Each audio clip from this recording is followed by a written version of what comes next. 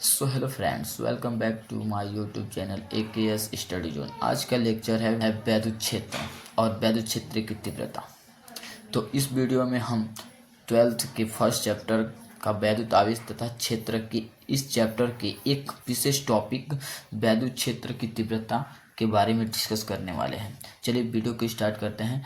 Video अच्छा लगे तो लाइक, कमेंट एंड सब्सक्राइब करें और बेल आइकन को दबाना ना भूलें।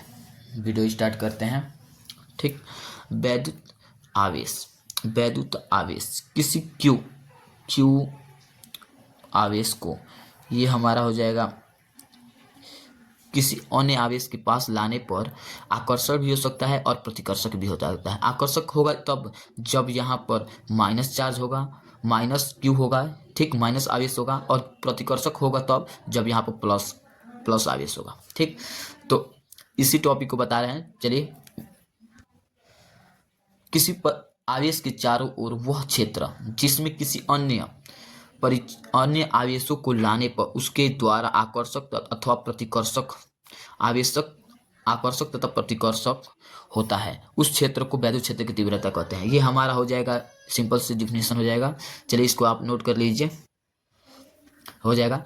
तो लिखिए, यही आपका डिफिनेशन हो जाएगा। किसी आवेश के चारों ओर एक क्षेत्र जिसमें किसी अन्य आवेशों को लाने पर उसके द्वारा आकर्षक तथा प्रतिकर्षक होता है, उस क्षेत्र को वैद्युत क्षेत्र की तीव्रता कहते हैं। ये हमारा क्वेश्चन 1 नंबर में पूछता है।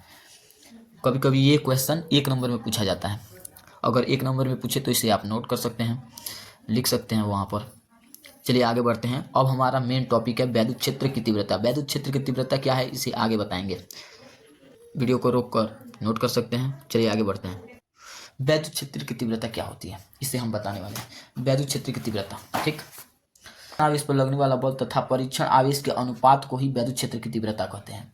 ठीक, जैसे हो जाएगा, ये हमारा हो जाएगा प्लस चार्ज क्यों हो जाएगा, और इसे आर दूरी पर यहाँ पर हमारा एक और परीक्षण आवेश हो जो क्यू नॉट हो। ठीक, इसे क्यू नॉट बोलते हैं। तो ये परीक्षण आवेश होता है। परीक्षण आवेश को क्यू नॉट से प्रदर्शित किया जाता है।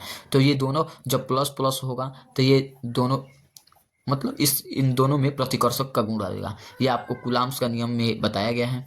ठीक, और इन दोनों में प्रतिकर्षक का गुण आएगा। ठीक, यहाँ पर F हमारा फोर्स लगेगा, और ये है जो, तो ये क्यू नॉट की वजह से तो इधर प्रतिकर्षक इसका भी होगा। ठीक, तो इसका सिंपल से डिफिनेशन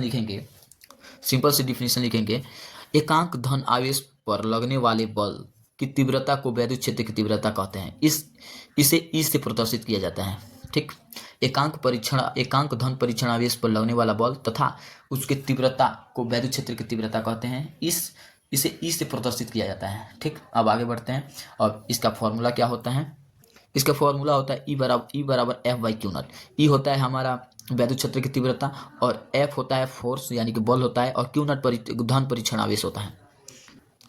ई इक्वल टू वैद्युत क्षेत्र की तीव्रता, एफ इक्वल टू बल या फोर्स, और क्यू नॉट इक्वल टू धन परीक्षण आवेश होता है। वैद्युत क्षेत्र तीव्रता की मात्रक न्यूटन प्रति कूलाम होता है, या वोल्ट मीटर भी होता है। न्यूटन प्रति कूलाम या वोल्ट मीटर होता है, और इसका राशि होता है सदिश राशि होता है। और इसका बीमा हो जाएगा, ये हो जाएगा हमारा न्यूटन का होता है MLT/2 होता है, और कूलाम का होता है 80। ठीक, तो जब इन दोनों को प्रूफ सॉल्व किया जाए तो यहाँ पर हो जाएगा MLT/3 और A का इनवर्स होता है। ठीक, तो ये रहा हमारा वैद्युत क्षेत्र तीव्रता का बीमा और मात्रक और बीमा।